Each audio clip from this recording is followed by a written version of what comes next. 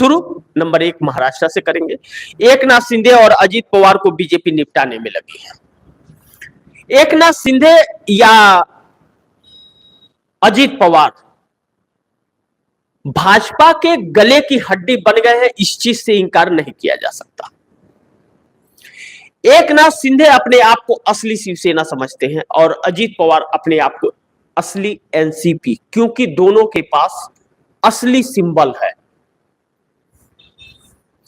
लेकिन असली वोट है क्या, इस चीज पर चर्चा है और इस चीज का सबूत मिलेगा 23 नवंबर को। लेकिन इस बीच जो सर्वे आया वह एकनाथ शिंदे को थोड़ा संभावना देता है कि 40 सीटें तकरीबन निकलती हुई उनकी नजर आ रही है। जो दैनिक जागरण द्वारा जो आकलन आया था, मैंने आप दर्शकों को अपने प्रोग्राम में 2-3 प्रोग्राम में मैंने बताया भी था।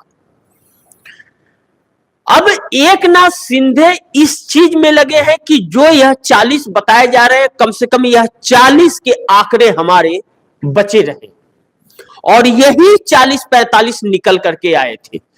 लेकिन उन्हीं के लोगों, एकनाथ शिंदे के ही लोगों को एकनाथ शिंदे पर भरोसा विश्वास नहीं रहा, भाजपा पे नहीं है और वह है भाजपा के साथ। अगर उद्धव ठाकरे मजबूत होते जा रहे हैं और रिस्पॉन्स पब्लिक देती जा रही है उद्धव ठाकरे को, तो उद्धव ठाकरे को रिस्पॉन्स मिलना यानी कि एकनाथ शिंदे के लिए मुसीबत खड़ा होना है। शरद पवार को रिस्पॉन्स मिलना और शरद पवार का मजबूत होना अजीत पवार के लिए बड़ी भारी मुश्किल है।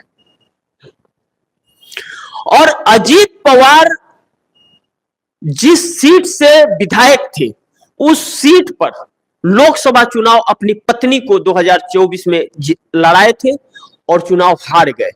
अजीत पवार की सीट पर भी उनकी पत्नी की जीत नहीं हुई थी, उनकी बहन सुप्रिया सुले और शरद पवार की बेटी को हुई थी। अब अजीत पवार अपना सीट जीतेंगे, अब सवाल यहां आकर के खड़ा हो गया, जो बड़ी मुश्किल लग रहा है। अब अजीत पवार के सामने शरद पवार किसे खड़ा करेंगे, यह भी बहुत महत्वपूर्ण होगा। और अगर शरद पवार जरूर से जीतने का भरपूर प्रयास करेंगे और अगर जीत गए और अजीत पवार हार गए, तो अजीत पवार का क्या होगा?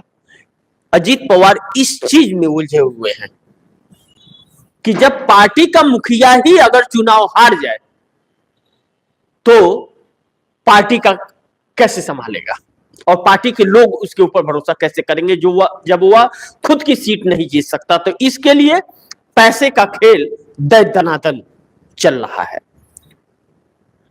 अब इस बीच भारतीय जनता पार्टी जो और आरएसएस जो सीएम देवेंद्र फडणवीस को बनाना चाह रही है और एकनाथ शिंदे जो खुद को सीएम बनना चाह रहे हैं, तो भारतीय जनता पार्टी इनको निपटाने में लगी है कि भारतीय जनता पार्टी की सीटें ज्यादा है। लेकिन सबको मिलाकर के तकरीबन सर्वे अनुसार तो 115 ही आ रहे हैं और 115 में सरकार बन नहीं रही है और जिसे भी तोड़ना था तोड़ चुके हैं। और महाराष्ट्र अगर हार गए और तोड़ फोड़ की कोशिश की तो तोड़ेंगे तब जब दिल्ली में बैठे रहेंगे। महाराष्ट्र के बाद तो बगावतें अलग तरीके की होगी, तब तो दिल्ली की सरकार भी हिल जाएगी। ऐसे में भारतीय जनता पार्टी की टेंशन बढ़ी हुई है और भारतीय जनता पार्टी किसी भी कीमत पर अजीत पवार और एकनाथ शिंदे का कद छोटा करना चाहती है, क्योंकि अभी यह इनकी शुरुआत है। विधानसभा की पहली चुनाव लड़ रहे हैं यह लोग, तो अभी अगर निपटाएंगे तो बेहतर होगा, नहीं तो वह हड्डी अभी फंसी हुई है, बाद में चुभने लगेगी।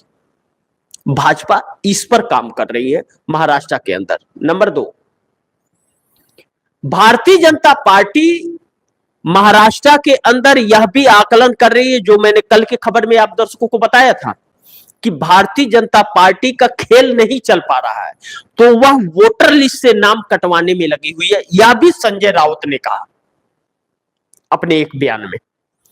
और अगर इस तरह से खबर आ रही है तो और बयान इंडिया गठबंधन की तरफ से आ रहा, तो यानी कि इंडिया गठबंधन सक्रिय हो गया कि वो वोट कटे ना, जिसके नाम ये लोग वोटर लिस्ट से कटवाना चाहते हैं। इस बीच मामला फंस गया है और इसी में भारतीय जनता पार्टी पिस रही है और एकनाथ शिंदे खुद को लेकर के चिंतित है, अजीत पवार अपनी सीट को लेकर के, बाकियों की बात बाद में।